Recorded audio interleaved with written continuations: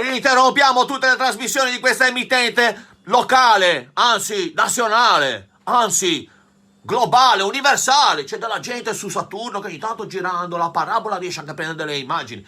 Noi come movimento estremista ligure dobbiamo fare alcune precisazioni e alcune dichiarazioni. Prima di tutto, sulla questione maltempo, amareggiate, alluvioni, noi diciamo senza se e senza ma una condanna forte verso il maltempo.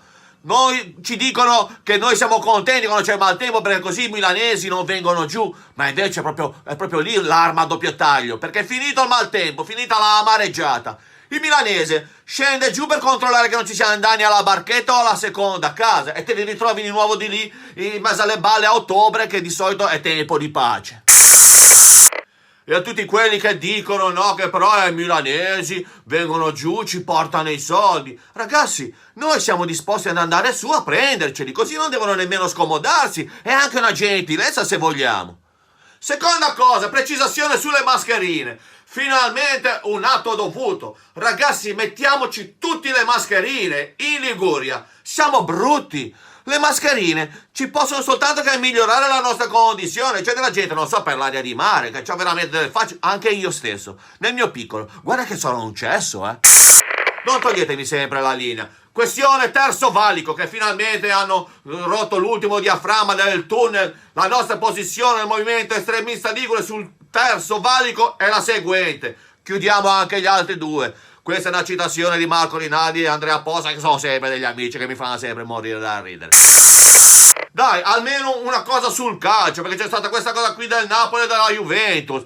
Allora, i napoletani hanno fatto come quando sai che non c'hai voglia di andare a lavorare, chiami l'amico medico, ti fai fare un certificato, gli dice che c'avevi un po' di tosse e ti fa un certificato. E invece quelli juventini sono stati belli, sai, come quando c'è il vigile che ti ha fatto la multa, belli, e non cambia idea, niente. La mia proposta è: giocate in smart working, ognuno a casa propria, così non c'è bisogno di fare tutte queste cose. A proposito, mi ha chiamato mio cugino Manlio, che è genuano, ma proprio genuano da generazione, proprio dentro genuano, ha ricevuto il tampone del coronavirus negativo.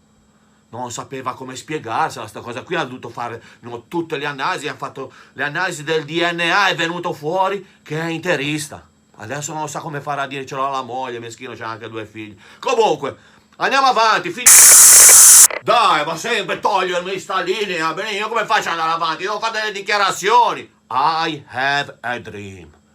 Io sogno una regione Liguria a misura di Ligure, una regione Liguria in cui non sei costretto a svegliarti alle 5 del mattino per andare a per funghi. Io voglio costruire un'autostrada che colleghi tutte le zone da funghi. Voglio metterci da Bolzaneto, Faiallo 20 minuti. Questo sarebbe il futuro. E quindi finirò con una frase del grande...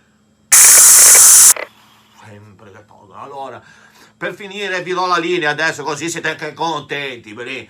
Allora citerò uno dei più grandi giornalisti viventi del momento, Giuseppe Shortino, detto Shorty, ma non per questione di abbreviazione. Shorty è proprio un'intimazione. Oh, Shorty, vattene.